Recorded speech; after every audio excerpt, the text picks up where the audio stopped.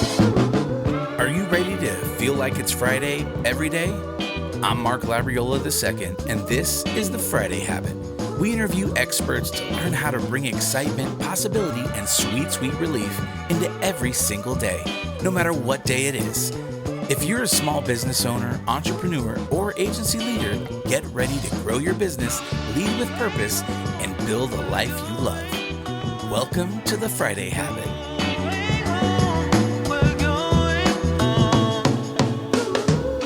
And welcome back to another Friday Habit. I'm glad that you are all with us today. We have another great episode for you, and today I have the pleasure of having a repeat guest, Patrick Thean, on the episode. And I'm excited. He's an international speaker, CEO, coach, and a serial entrepreneur himself, whose journey has inspired many people as it has impacted people as well. So Patrick is a USA Today and Wall Street Journal bestselling author whose expertise has been featured on NBC, CBS, and Fox. As a former Ernst Young Entrepreneur of the Year, Patrick grew his first company to number 151 on the Inc. 500 for a successful exit. Now he's dedicated to helping CEOs and build great companies achieve their dreams. So, Patrick, welcome to the Friday Habit. Hey, Mark, thank you for having me. Yeah.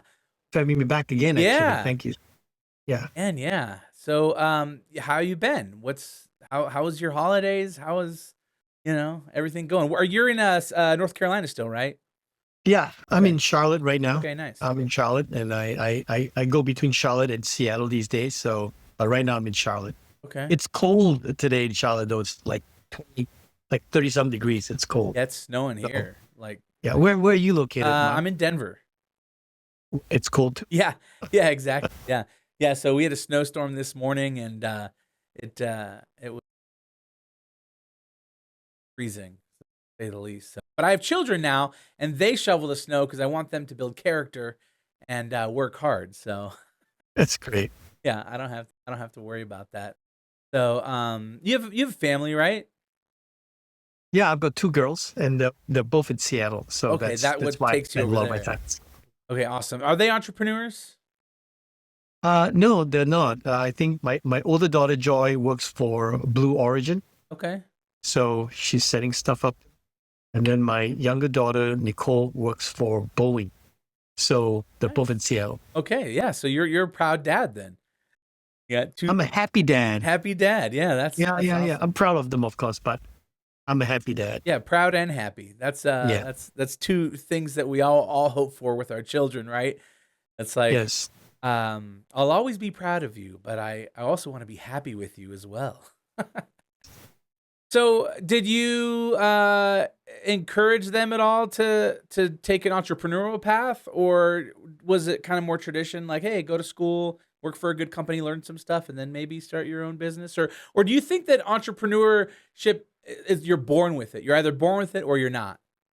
Well, I think you've asked the nature nurture question. Yeah. And I would say that data would show, right? Statistics show that children of entrepreneurs have a higher probability of becoming entrepreneurs.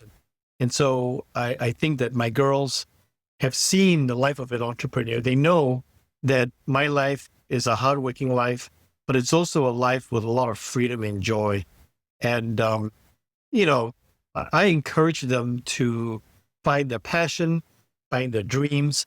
I don't know or care whether they become entrepreneurs or whether they work for companies. I think I've had the pleasure.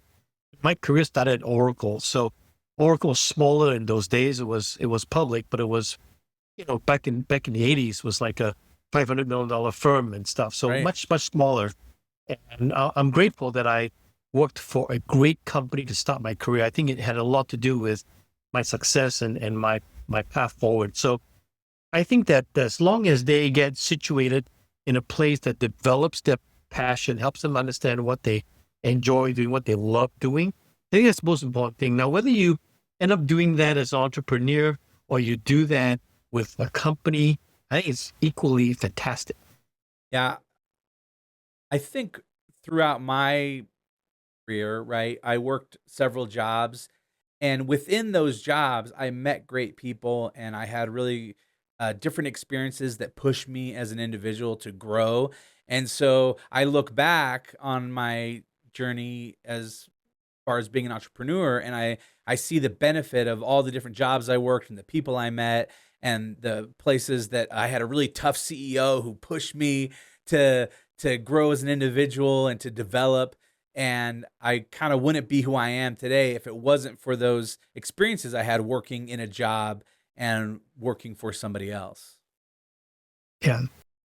So So yeah, so I'm grateful. I think that they're both situated in great opportunities. I think Joy's been at Blue Origin now for about almost 2 years, year and a half actually, and she's done great there. They love her. She's had a great time. And Nicole, I think she did her internship with this group at Boeing, and so she really knows who she's going. She's just starting a new job, frankly, but she interned at Boeing for a couple of years, so she really knows the kind of people she's going to be working with. She loves to work there. And I think they're going to teach her a lot of good stuff that sometimes you just don't get unless you go to a company which has good process, good discipline. I think it's good. yeah, It's that's. good. Do you Yeah. if you look back on your career as an entrepreneur, are there certain things that you regret or certain things that you tell people to look out for to say, hey, you should maybe avoid this? You're a father, your kids are young probably when you're kind of in the Yeah. grind of things, trying to, get things going. What kind of advice do you give people? It may surprise you what I think. The first I would say, uh, it'd be great if you first knew what great looks like. Now, a lot of people don't know what great looks like because they weren't around great. Yeah. So I would say first, we live in a very different world today than when I started years ago in my career. Today, everybody wants to feel like they're great. All the And, time. but not everyone's great. Yeah. I'm sorry. So I would say, first of all, be really candid with yourself. Don't tell yourself any lies. Like, be really candid with yourself. Go seek out what great looks like and drop your ego and learn from what great is. So that's the first thing I'd say. And therefore, I actually recommend that entrepreneurs actually spend the first few years working for established companies. I think that if you leave school, because nowadays a good trend is lots of folks leave school and go straight into starting own companies. If you don't have enough experience or seen enough, you kind of tap out a little bit early, unless you went and hired yourself a good coach that would help you. But still, I think it's tremendous what I learned at Oracle, and it really helped me when I went and started my first company.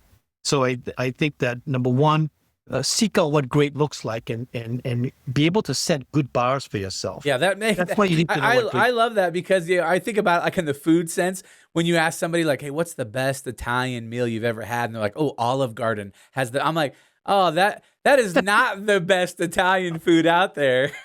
It's like when you Yeah, go to a really good Italian place and they're home making their noodles and that's right. it's like That's you right. can know the difference. But if you've only had Olive Garden, like how do you know that there's something Right. better than Olive Garden out there? Right. Right.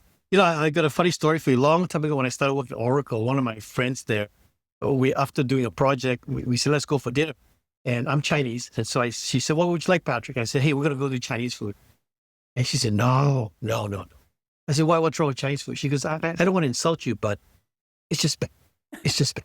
I said, okay, so you've had bad Chinese. She goes, yeah, it's terrible, terrible. So I said, tell you what, let's go to a Chinese restaurant.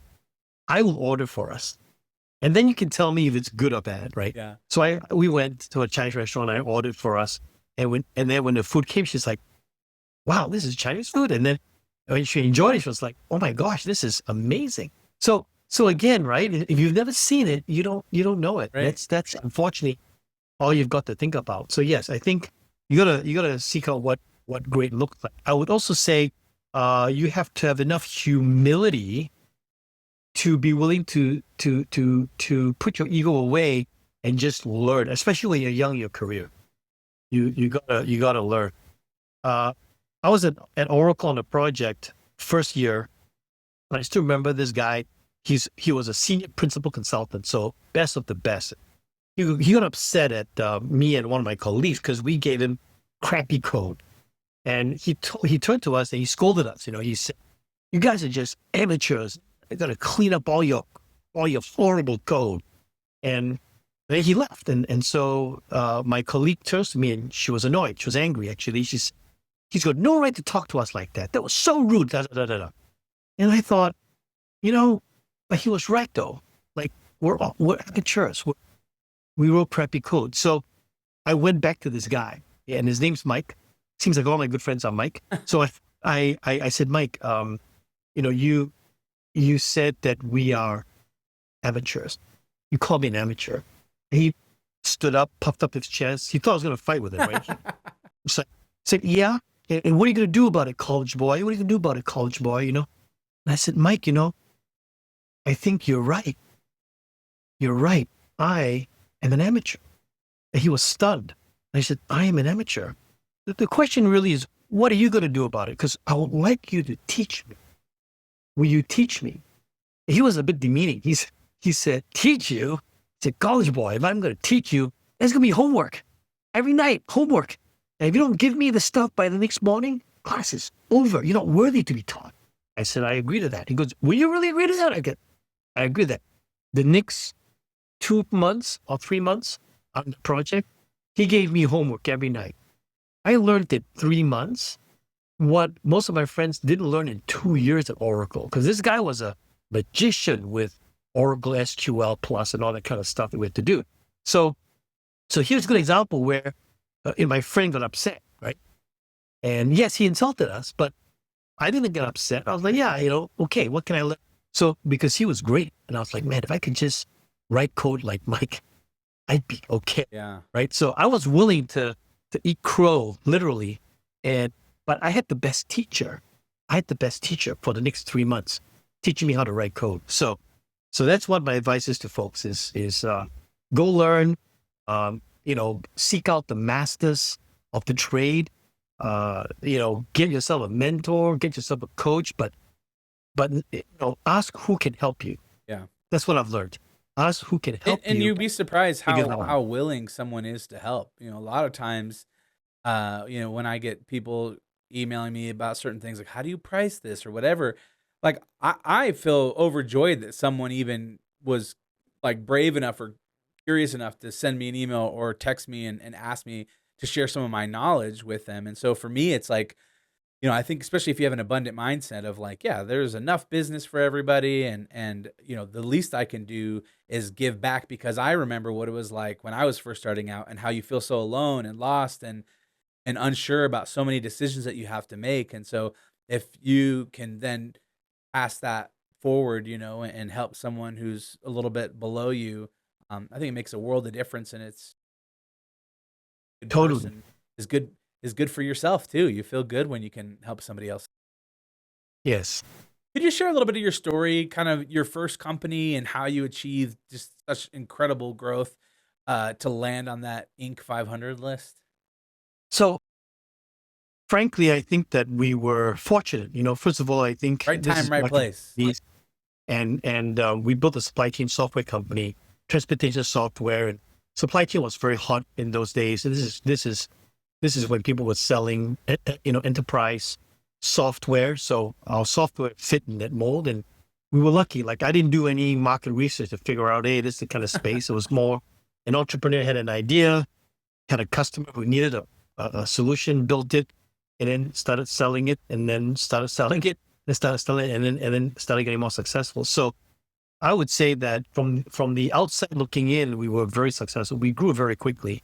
Because I came out of Oracle, I really didn't know any other way. Like, I really wasn't smart enough to know that I could have grown my company at a slower pace and had a better life. So I was a workaholic, and I worked really hard, and we grew.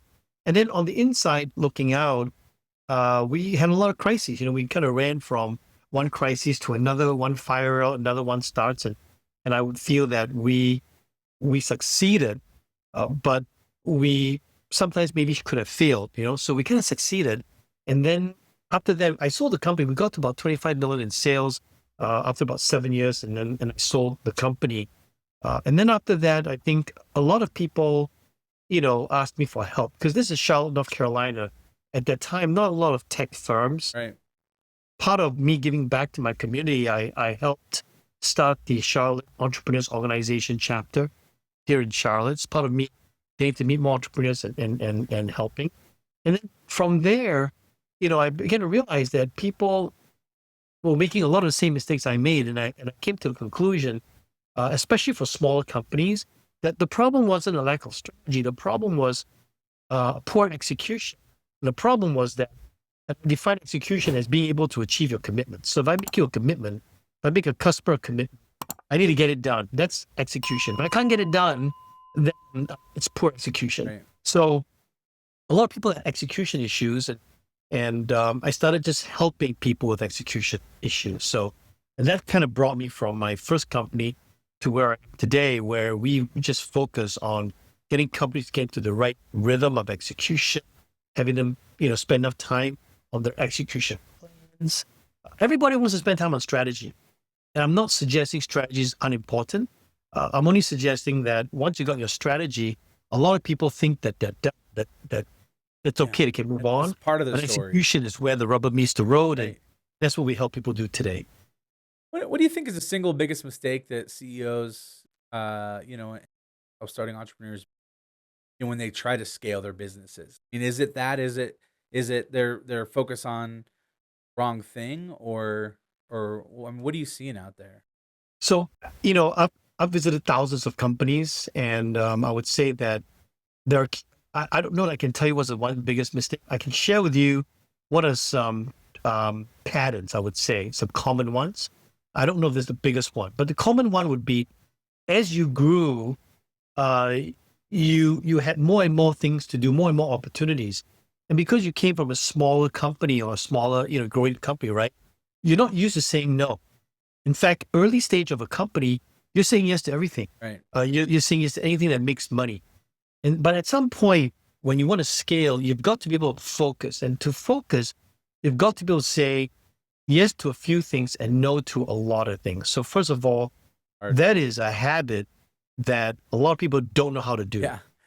So if you've been very successful, how to do a lot of different things, and now your company's at a certain size, you now have to be more successful. You have to be able to figure out, I'm going to say yes to these things and no to these other things. So a lot of people don't realize that if you have the right strategies, it's really to help you choose where you're going to focus. And you're speaking my language right now. I feel like we're kind of at that space. We're just having our 10-year anniversary here at Brand Viva, and congratulations. Thank you very much. Yeah. And it was one of those things in the very beginning, right? We were trying to be all things to all people.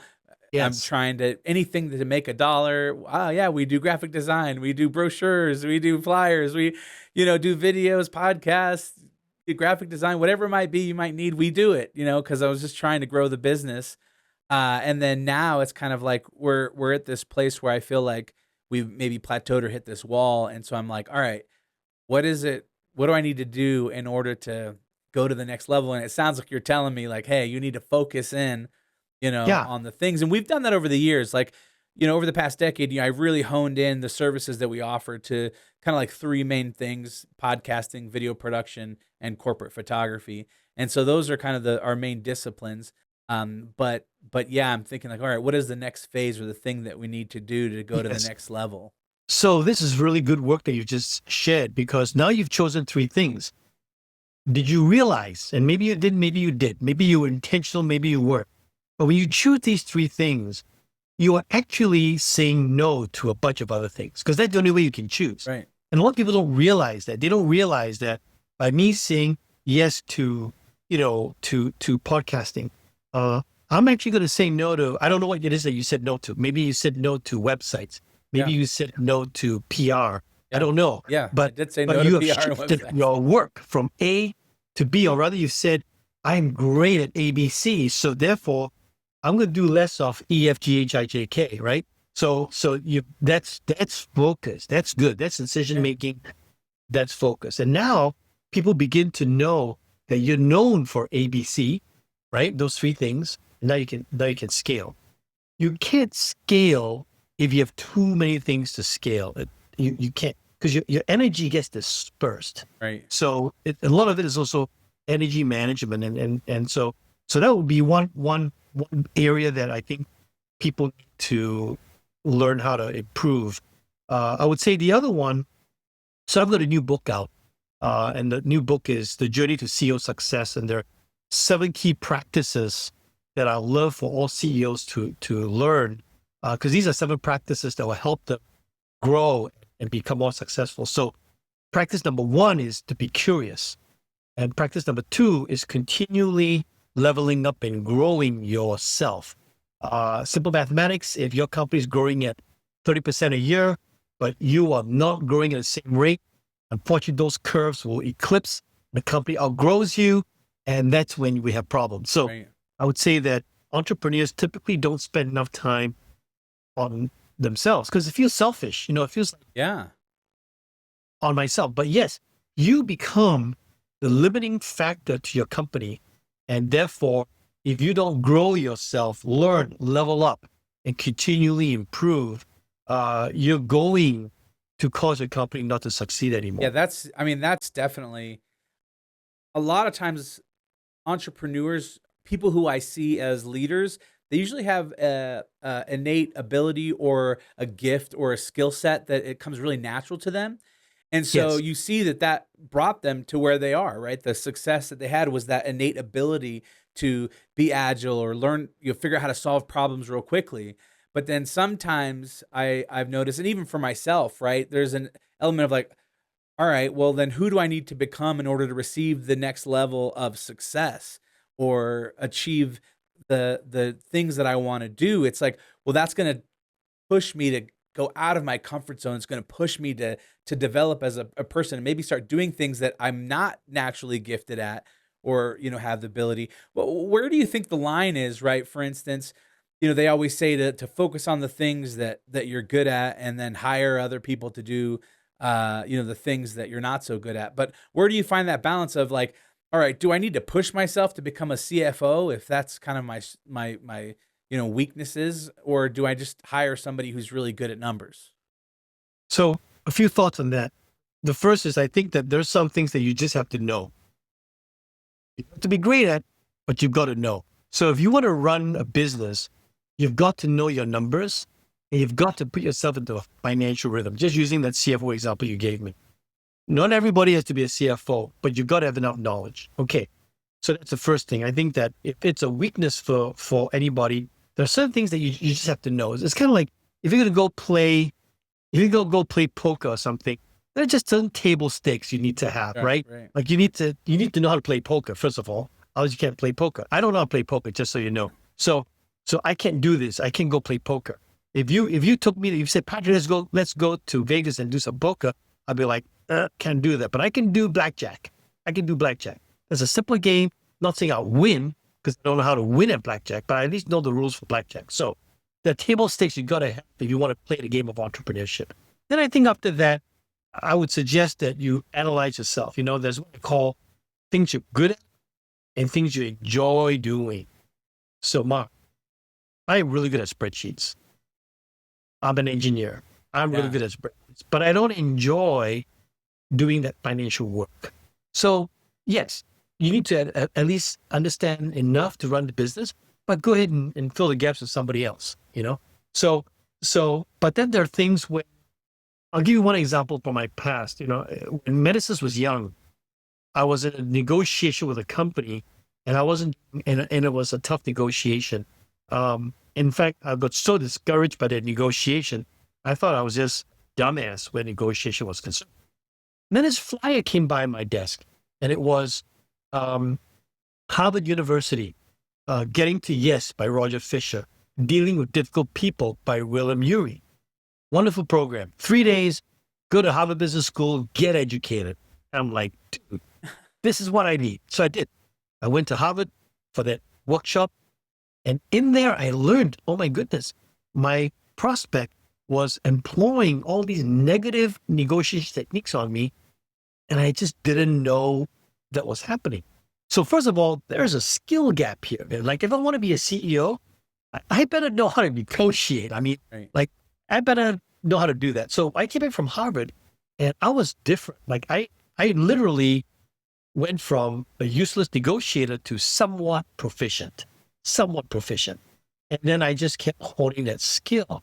Now, Mark, this is a good example. If I didn't improve my negotiation skills, all the $1 million deals I had negotiated for my company, they would have been $200,000 deals. Okay. All the multi-million-dollar deals that I did, all the things I negotiated well after that would have been poorly negotiated. And then you can see the trajectory of the company would have been very different Right. because I would have had less resources to hire people, less resources to do the things the company needed. We would not have been successful if I did not increase my skill set for negotiation. And I can give you a lot of stories like that. Right. Where I realized, oh my God, I'm a dumbass at this. And I said, okay, Patrick, are you really just that stupid, or can you go learn?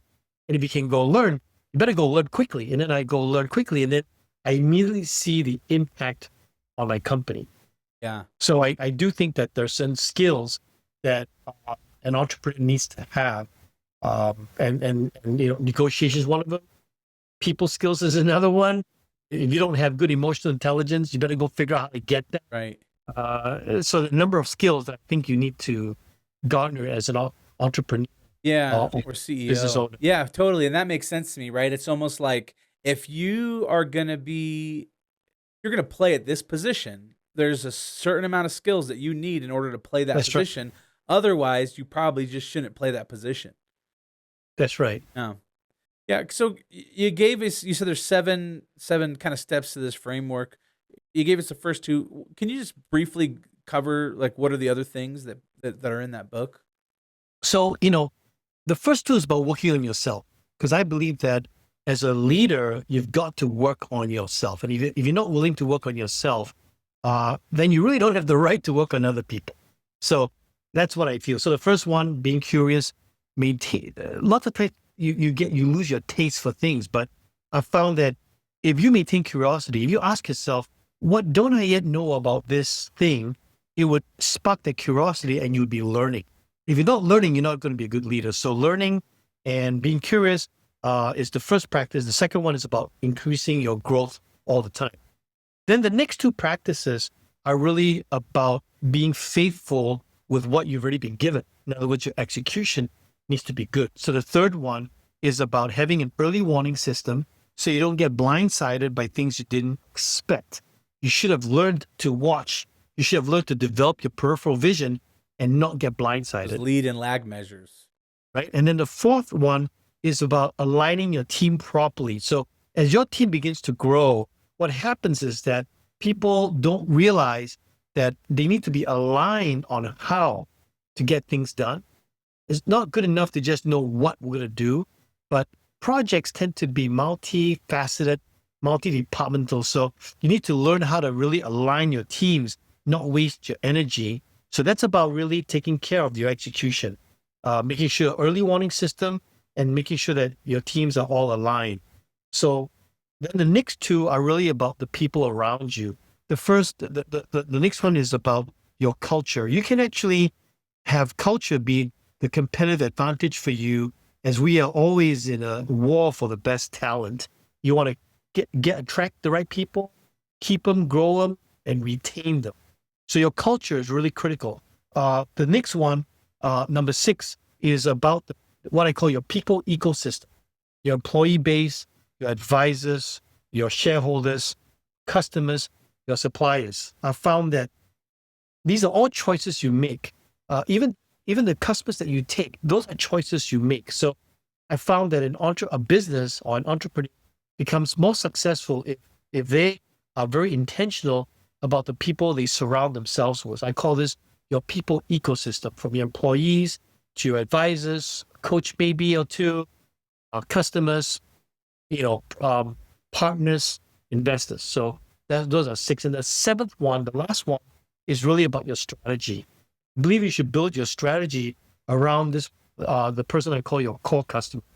Your core customer is the primary customer, the user, not a company, but a human being, person that uses your stuff. You need to build your product, your service, your sales, your post-sales service, everything around this core customer. And so what then happens is that you become really good for this core customer. This core customer is someone that will take you, grow you into the future. Now what you do is you really focus your offerings on that type of individual. And so now you get very focused on the kind of people you attract. So imagine this, I have a very successful track record of coaching CEOs. And so somebody asked me once, he said, Patrick, how come you're so good at coaching CEOs? And I laughed and I said, well, that's because I chose the right CEOs. And they laughed at me and they thought, Patrick, you're being really funny. And later on I shared, I said, actually, I'm not being funny. I really mean that. Like, I choose people that I coach that have what it takes to be successful, have the personality, have the humility to be coached, have the desire to win, and then have chemistry between me and them. Then I choose you. And I say I choose you because if a customer calls me and says, Patrick, I'd like you to coach me, I would interview them out, figure out if I'm the best person for them. And if I'm not, I'll say no. So that's why I'm very successful. Yeah. It's not because, it may not be because I'm the world's best coach. It's just that I think I'm really careful about choosing the CEOs that I think I'm meant to coach. So are you if I'm meant to coach you, the chemistry is right. What you need is what I have.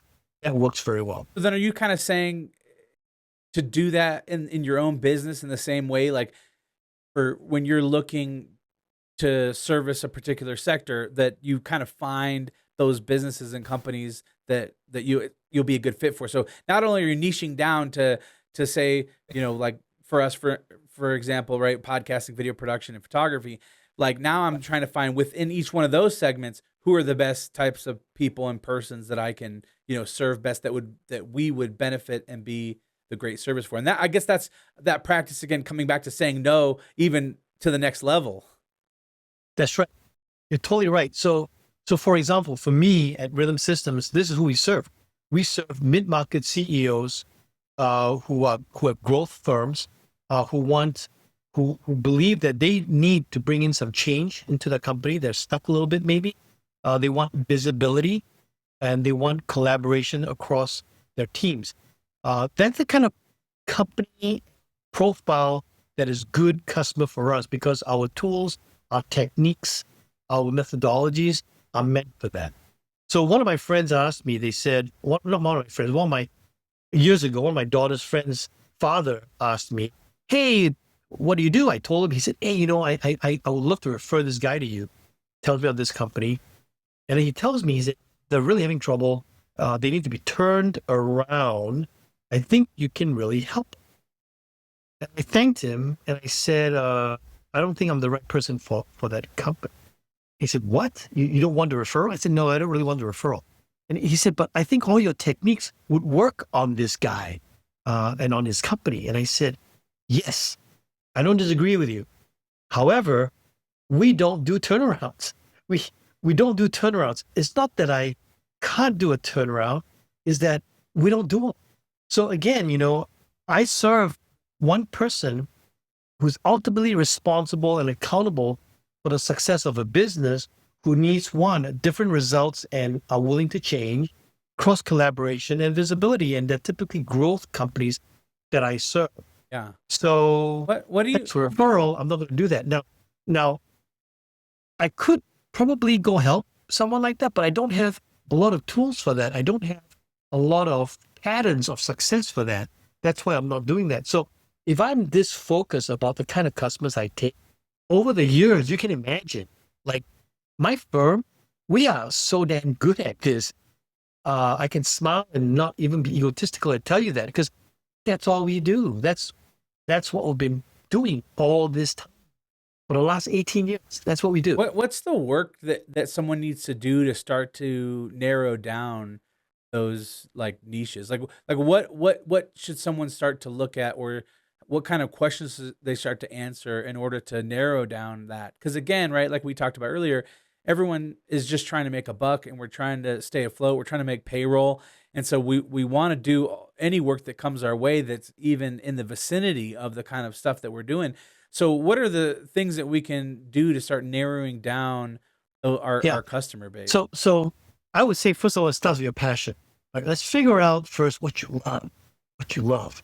So if you take what you love and you ask yourself what your skill set is, now you talk about how you're going to apply it to customers. Okay.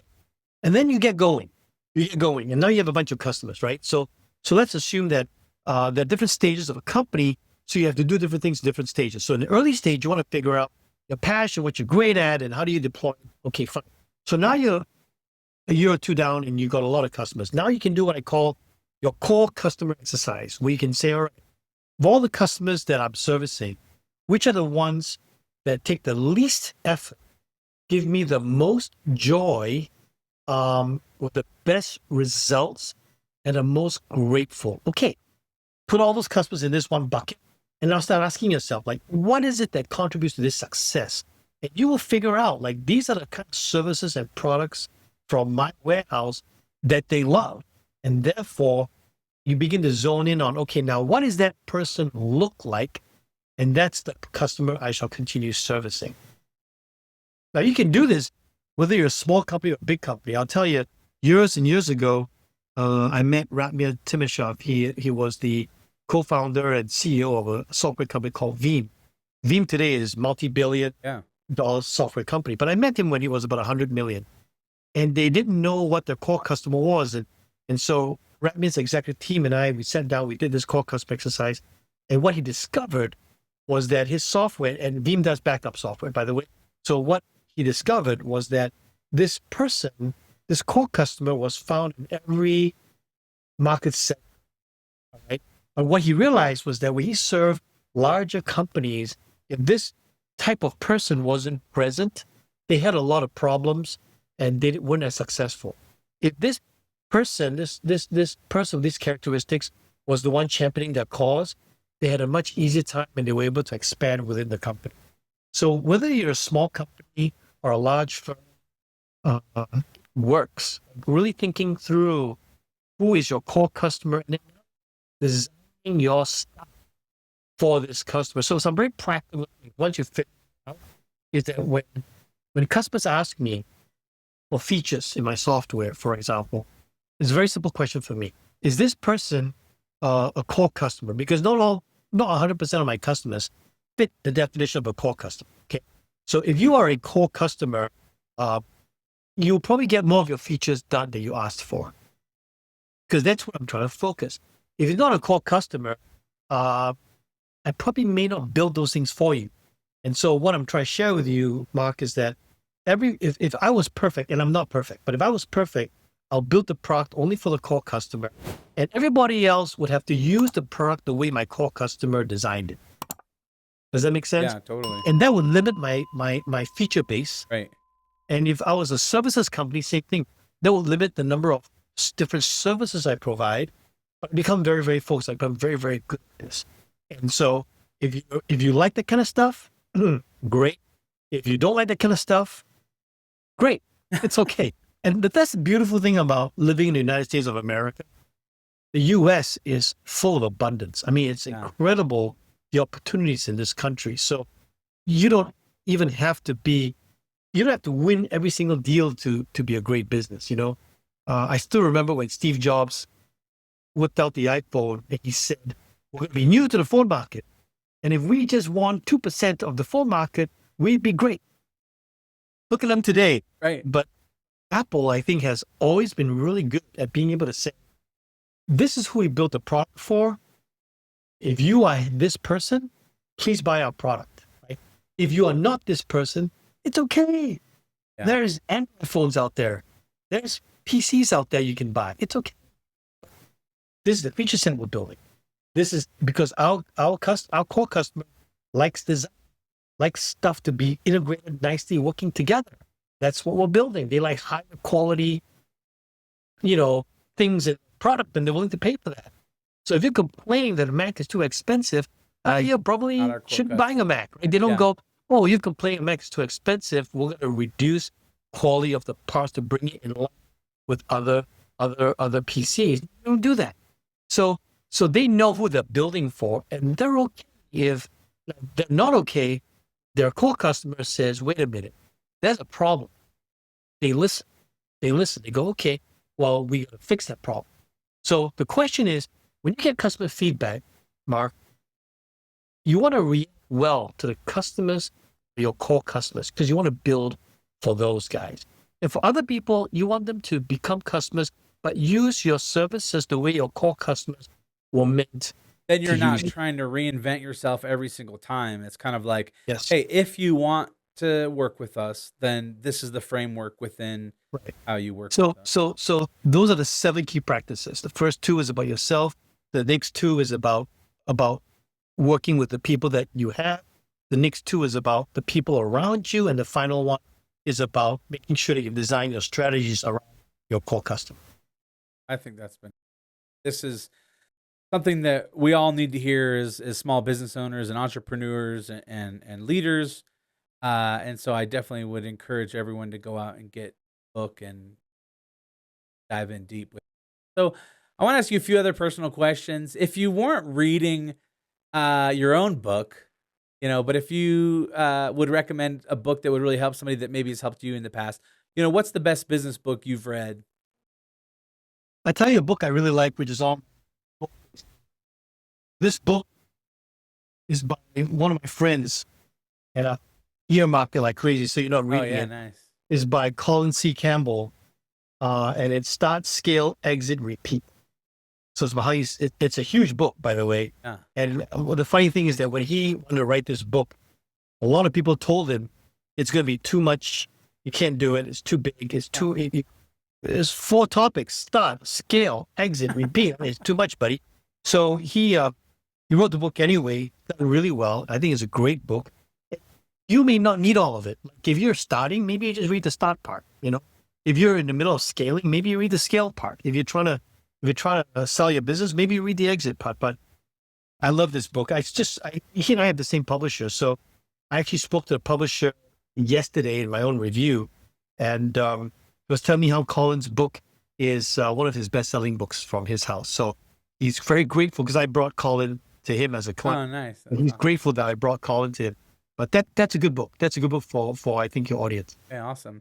And then if you weren't in the business world, what other career might you have pursued, you think? If I weren't in the business world, you mean if I was not like a... Yeah, if you weren't a coach or, a software developer, like when you were younger, did you say like, oh, I want to, start my own restaurant, or I want to, be a firefighter or an astronaut? It might surprise you. No, I really, I was a very playful child. I grew up in Singapore, and I was a badminton player, and badminton was like one of the national sports in Singapore. Okay, nice. I was really good at it. I represented my school. I represented my country's youth team. And so I wanted to be a badminton player. And then so I was always I'm very lucky. I've had a wonderful childhood. Didn't need anything, just always had fun, studied hard. But even then, my parents made it very clear to me that for me to go enjoy my sport, I had to study. So I didn't really study to get smarter. I just studied because I had to maintain my grades so that my parents would not stop me from playing my game. And then I went to university, and I'm good in math, and I'm good in physics and stuff like that. So I pursued life as an engineer. And, my degree is actually in electrical engineering, in digital signal processing. So I would have been a signal processing engineer if I didn't do what I'm doing now. Okay, interesting. Nice. Well, Patrick, thanks so much for coming back on the show and hanging out with me, and you're just sharing some of your wisdom and knowledge. I hope this book just continues to do well for you, and that your business continues to grow, and that you continue to enrich the lives of the leaders and the CEOs that you're working with, and that you get some grandkids and your daughters continue to be successful in what they're doing. And I just wish you all the best. If people wanted to connect with you, where's the best place they should go to to reach out? Best place is just come to my company's website, rhythmsystems.com. Okay. There's a tab up there that says Patrick Thean. If you want to connect directly with me, just hit that tab and connect with me there. Awesome. And my book is available on Amazon, The Journey to CEO Success. Look like this. So thank you very much for having me, Mark. Thank you. Yeah. All right. We like to leave people with one word of advice. This is the Friday habit, but we're saying, hey, starting next week, this is the one thing that you should focus on. What's the one daily habit every leader should adopt, do you think? One daily habit is you should start your day with gratefulness and then think about the top 3 things you're going to do today. Upon finishing them today, you should celebrate. Celebrate. Hey, I love it. I love it. Living every day like it's Friday, celebrating those 3 wins. That's right. So Thank you. That's awesome. Well, hey, thanks so much for listening to The Friday Habit. If you go to thefridayhabit.com, you can find show notes for this episode. There you can also find links to our website, some ways to get in touch. And at the bottom of the page, you can download our guide to the Friday Habit system. That will show you how to set aside one full day each week dedicated to working on your business instead of always in your business. You can reach us at hello@thefridayhabit.com if you want to recommend a guest or give us some topic ideas that you'd like us to discuss. And until next time, remember, live every day like it's Friday.